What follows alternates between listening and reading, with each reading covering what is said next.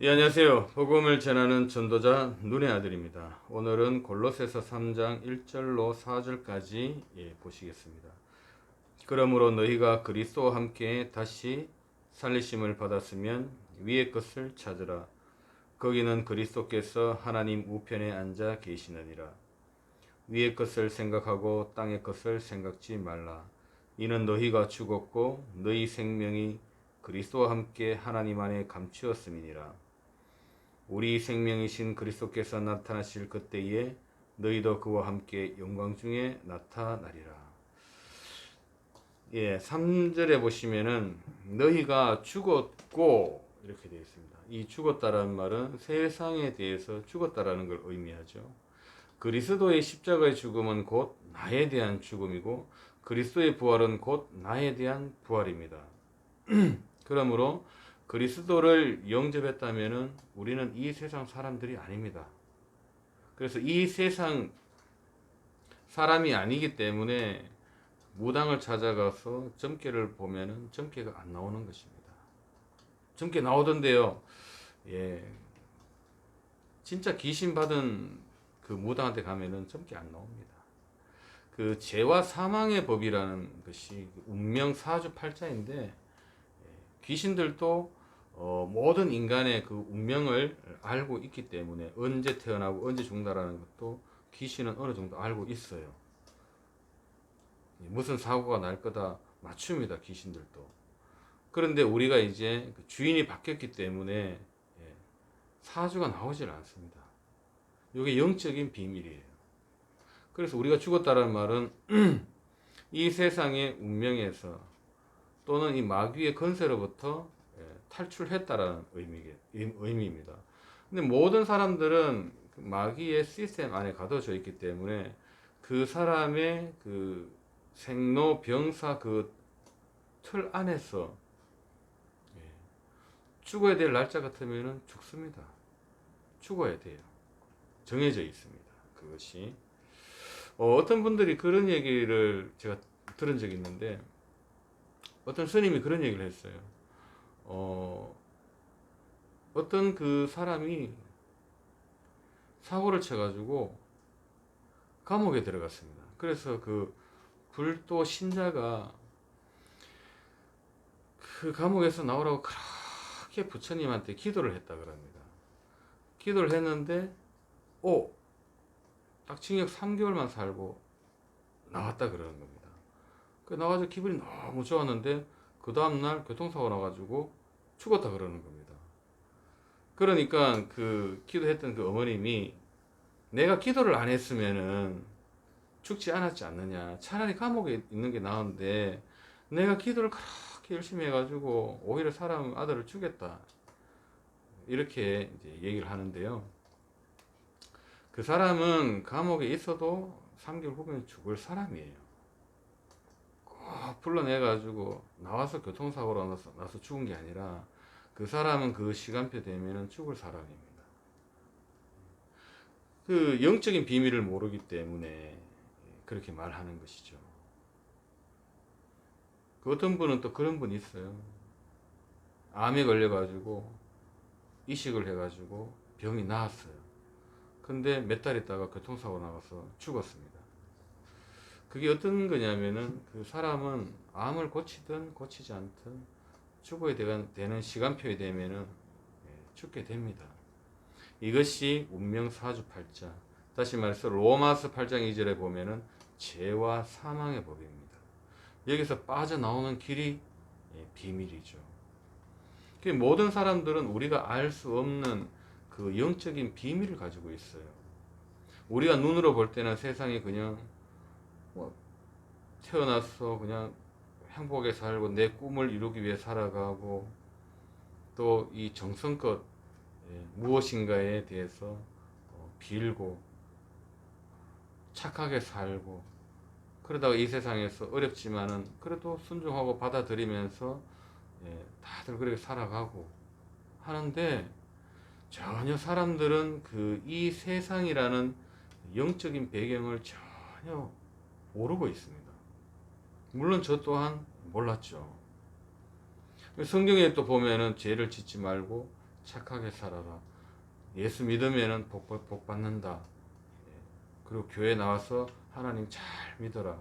그러면 네가 만사 형통될 것이다. 그 정도만 저는 알았거든요.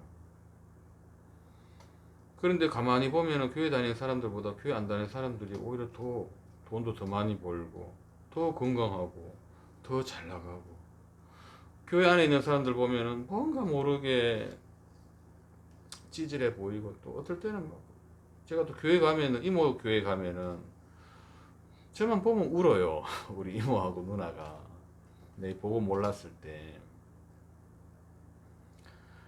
속으로 아이고 참 미쳤다 미쳤어, 뭐 자꾸 우냐고. 그러니까 뭐 죄인이 돌아왔다고 막 우는 거예요. 내가 세상에 무슨 죄를 그렇게 많이 졌다고 그래 그것 때문에 그렇게 우냐고. 안 그래도 열심히 살아보려고 그러는데 일이 안 돼가지고 짜증나 죽겠는데 자꾸 죄인 돌아와가지고 질질 짜고 우니까 에휴 참.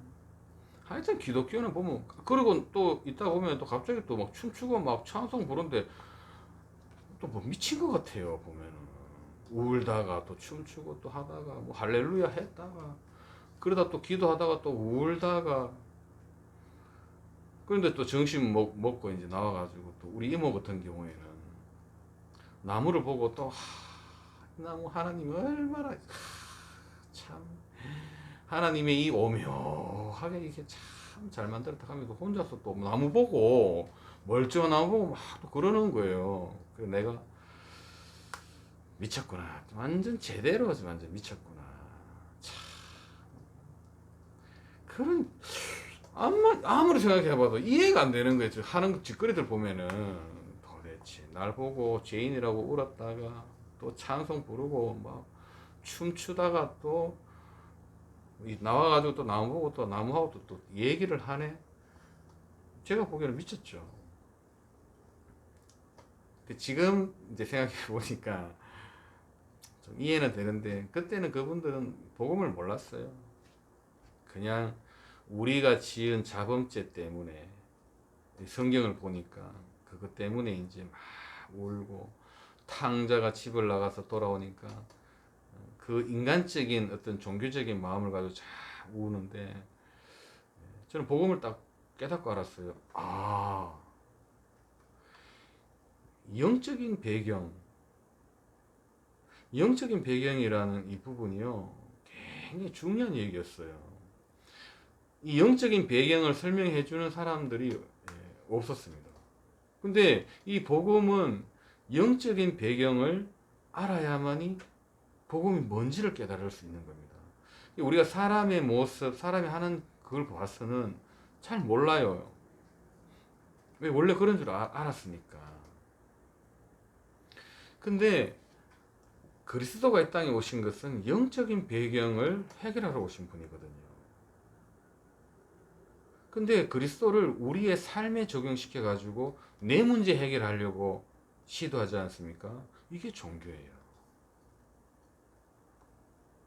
이게 완전 종교로 바꾼 것입니다. 내 목적을 이루는데, 그 우리가 생각하는 죄 문제 해결하기 하는데 그리스도를 땡기지 않습니까? 그리고 우리가 하나님께 뭔가 행위든 기도든 뭔가 열심히 하면은 하나님이 거기에 감동받아 가지고 우리에게 복을 줄 것만 같지 않습니까? 이게 전부 종교란 말이죠. 찬송 부를 때도 내가 막 열심히 찬송 부르면은 하나님이 그 찬송을 받을 거라고 생각하지 않습니까? 종교예요. 복음 모르면 안 받아요. 그리고 내 인간의 감정, 미안한 감정, 뭐 행복한 감정, 이런 감정들을 가지고 하나님을 판단해요. 이게 깊이 들어가 버리면은 신비주의로 가버린 겁니다. 내가 어떤 행위를 통해 가지고 하나님께, 내가 이렇게 정성을 들여 가지고 하나님께 이렇게 섬겼으니까 하나님께서 나를 칭찬하겠지. 그게 깊이 들어가 버리면 율법주의자가 돼 버리는 것입니다. 이게 전부 종교입니다. 근데 복음은 영적인 배경을 해결하러 오신 거예요. 나도 알지 못했던 영적인 배경. 그러니까 복음은 우리의 생각하고 전혀 다른 부분이에요. 다른 개념, 다른 관점. 이 부분이거든요. 이거를 우리는 깨달아 가야 되는 것입니다. 그래서 우리가 그리스도 안에서 세상적으로는 죽은 것입니다. 그리고 너희 생명이 그리스도와 함께 하나님 안에 감춰져 있어요. 다시 말해서 우리의 생명이 하늘나라의 생명책에 기록되어 있고 우리는 지금 천국에 가 있는 것과 똑같은 것입니다. 좀 전에 얘기했듯이 이 영적인 배경을 우리는 자세히 알아야 되는데요. 모든 사람들은 그 원죄의 배경, 원죄가 우리 안에 들어와 있지 않습니까? 내 상태는 지금 원죄가 들어와 있는 상태, 사단의 영이 들어와 있는 상태.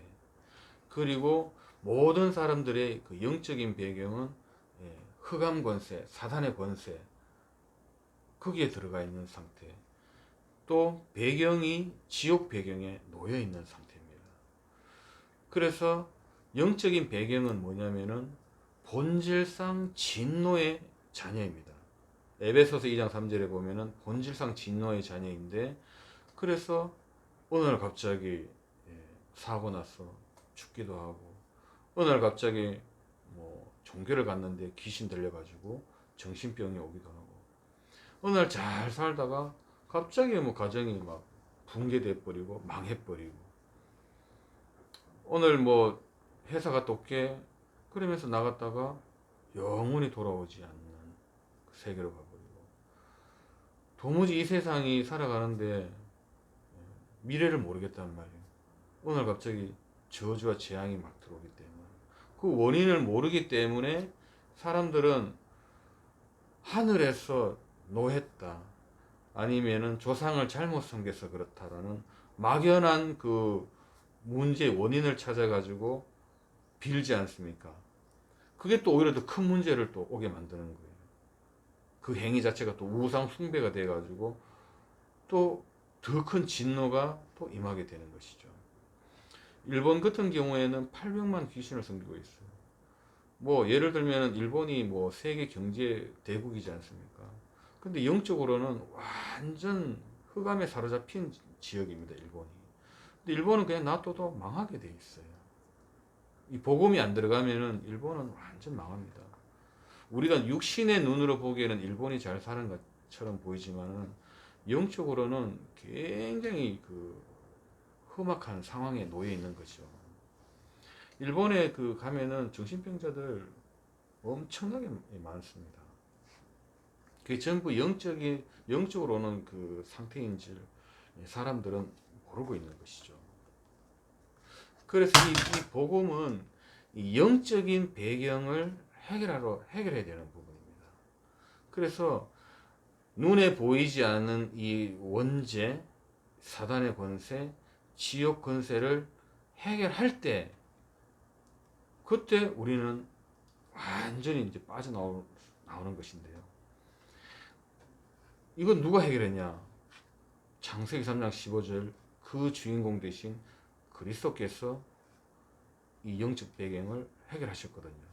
십자가에 죽고 부활하심으로. 그래서 그리스도를 영접할 때 우리는 완전히 그 영적인 배경에서 빠져나온 것입니다.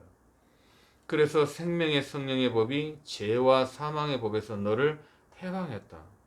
그래서 운명에서 빠져나온 것이죠. 그렇기 때문에 우리는 옛 과거, 옛 사람, 사단의 지배를 받던 그 옛 사람은 죽었다라고 선포를 하는 것이죠. 그래서 그리스도의 성령이 들어옴으로 인해 가지고 재창조함을 받은 것입니다. 그래서 옛날에 나는 죽은 사람이에요. 그 옛날에 내가 죽었기 때문에 세상하고는 이제 맞지 않습니다. 세상에 맞지 않기 때문에 이제는 땅의 것을 생각하지 말고 여기 보시면은 위의 것을 생각하라 되어 있습니다. 옛날에는 내 목적, 옛 사람은 내 목적을 향해서 살아갔지 않습니까? 내 목적, 내 꿈과 내 소망을 향해서 살아갔는데, 그 내 목적을 때문에 살아갔던 나는 죽고 이제는 하나님의 목적을 놓고 살아가야 되는 것입니다. 왜냐하면은 그 목적의 주인이 되시는 그리스도가 내 안에 있기 때문에 하나님 목적을 따라가야만이 갈등에서 이제 사라지게 되는 것인데, 옛날에 사단의 권세를 했을 때 그건 내 목적이라고 얘기하지 않습니까? 그거는 사단이 주는 마음이에요. 세상 배경에서 오는 그것인데, 그것이 내 목적은 곧 사단의 목적이죠. 사단의 소원이란 말이에요. 사단의 소원은 내 목적을 이루는 것이 사단의 소원입니다. 왜? 그래야 그리스도를 알지 못하기 때문에. 근데 그리스도를 받아놓고도 내 목적 이룬 대로 살아가게 되면은 똑같은 현상입니다. 종교하고 똑같아요. 복음을 알아도, 복음을 만약에 이렇게 알았지 않습니까? 근데 내 목적에 그 복음을 이용하게 되면은 종교가 되는 겁니다. 똑같습니다. 그래서 사단의 최고의 전략은 목적이에요. 목적의식. 이게 안 바뀌면은 모든 것은 종교가 되는 것입니다. 그래서 우리의 영적인 배경에서 빠져나왔기 때문에 하나님의 목적이 나의 목적이 되면은 끝나는 것입니다. 나의 목적이 하나님의 목적이 되는 것이요, 최고의 인간으로서 가져가야 되는 최고의 가치입니다. 이것이요. 내 목적은 사실은 물론 이루어질 수도 있겠지만은 반드시 이루어진다 한다 할지라도 실패해 버린 것입니다. 정두원 씨 같은 거 보십시오. 내 목적을 이루기 위해서 경기고등학교, 옛날에 경기고등학교 0.01%가 들어가는 곳이에요. 그 정두원 그 시대 때 사람들은. 근데 서울대학교 나왔죠. 국회의원 3선까지 했죠. 자기 목적을 이뤘지만 결국에는 자살해 버리지 않습니까? 우리는 하나님의 목적이 나의 목적이 되고 나머지 것들은 그냥 하면 되는 거예요. 요셉이 국무총리가 되지 않습니까? 국무총리가 꿈이 아니에요. 요셉은 원래 직업은 뭐냐면 전도자입니다. 전도자가 국무총리를 한 거예요. 국무총리를 하더라도 그 사람은 전도자입니다. 다윗은 왕이지만은 원래의 그 인생의 목적은 전도자입니다. 그래서 다윗이나 요셉이나 나나 복음을 깨달은 사람의 목적은 똑같아요. 이 솔로몬의 잠언을 보면 그러지 않습니까? 솔로몬도 자기를 전도자라고 해요. 전도자이지만은 왕을 한 것입니다. 그런데 하나님을 잘 믿고 왕하려고 하나님을 믿었다. 그거는 마귀의 소원이죠. 그거는 복음을 이해를 하지 못한 사람들입니다.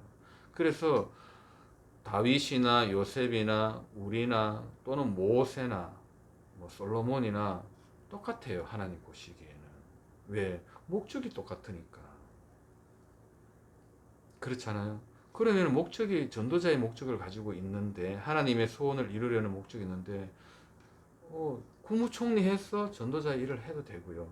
왕을 하면서도 전도자 일을 해도 되는 것입니다. 사업을 한다? 전도자의 목적을 가지고 큰 사업을 하면 되는 거예요. 이것이 얼마나 가치 있는 일인지 몰라요. 내가 진짜 해야 될 일이 어떤 일인지 알잖아요. 이 세상에서 전도자보다 가치 있는 일은 이 세상에 없어요. 왜? 사람을 살리려는, 정말 사람을 살리려는 목적을 갖고 있단 말이죠. 그래서 보는 시각이 완전 다릅니다. 이게 얼마나 큰 축복입니까? 그래서 그리스도 안에는요, 진짜 소망이 있는 거예요. 그리스도 안에 진짜 꿈이 있고, 진짜 소망이 있고, 진짜 그리스도 안에 진짜 사랑이 있고. 왜? 그리스도의 생명을 주는 것만큼 큰 사랑은 없어요. 우리는 그 사랑을 다 또 하지 않습니까? 소망을 또 주잖아요. 전도자의 소망을 주고 이 세상을 살리는 소망도 주죠. 진짜 꿈도 주잖아요. 희망도 주지요. 마귀가 주는 꿈과 소망과 희망은요, 지나고 보면은 실패와 실망으로 다 돌아오게 되어 있습니다. 좌절로 돌아와요. 허무로 돌아오게 되어 있습니다. 아까 얘기했지 않습니까? 물론 노회찬 씨나 정두원 씨, 뭐 많지 않습니까? 보면은 그 사람들은 전부 자기의 꿈 또는 우리가 어떤 집단에 대한 어떤 그런 이익을 얻기 위해서 살아갔지만 결국에는 다 배신하고 양심도 배신하고 다 떠나가지 않습니까? 우리는 이 그리스도 안에서 진짜 꿈이 있단 말이에요. 하나님이 주시는 진짜 꿈, 진짜 소망, 희망. 그래서 어떤 일을 하더라도 부끄러움이 없어요. 왜? 다윗이 가진 꿈하고 내 꿈하고 똑같으니까. 요셉이 가졌던 꿈하고 솔로몬이 가졌던 꿈하고 똑같아요. 그래서 하나님 보시기에는요, 똑같습니다. 왜? 다윗이 가졌던 그 언약, 창세기 3장 15절의 언약을 내가 알고 있잖아요. 그래서 똑같은 것입니다. 여기 이 말씀에 다 힘이 와야 돼요. 그렇구나. 내가 이거 알고 보니까 어마어마한 사람이 됐구나. 사단은 우리한테 건들지를 못해요. 이 정도까지, 이런 수준에까지 도달하면요, 문제 온다 와도 괜찮습니다. 문제가 오든 안 오든 아무 관계가 없는 거예요. 그래서 우리의 생명이신 그리스도께서 나타나실 그때에 너희도 그와 함께 영광 중에 나타나리라. 노아 시대 때 그 노아 배를 만들 때 120년이 걸렸는데 100년이가 걸렸겠죠. 사람들이 다 미쳤다고 그랬습니다. 네, 빗방울 한 방울, 물론 비는 오겠죠. 이 지구가 전부 다 홍수가 난다니까 사람들이요 농담으로 얘기했어요. 웃으면서. 근데 다 멸망했잖아요. 예수님 반드시 재림주로 온다는데 안 믿어요. 사람들. 시집가고 장가가고 똑같습니다. 노아 시대 때도 홍수 난다 그래도 시집가고 장가가고 내가 원하는 대로 살고 그러다 멸망당했지 않습니까? 예수님이 재림주로 온다 그러는데 뭐 오겠지. 온다고. 반드시 옵니다. 예수님은. 그때 우리도 그와 함께 영광 중에 나타나는 것입니다. 주님 재림 오시는 그날을 기다리면서 우리는 이 복음 안으로 들어가면서 생명 살리는 일에 하나님의 목적과 함께 맞춰서 가는 것이죠. 근데 우리는 못해요. 그렇기 때문에 하나님이 나를 통해서 하게 됩니다. 하나님, 내가 하나님의 소원이 나의 소원이 되게 하시고 그 소원이 하나님께서 이루어가 주시옵소서.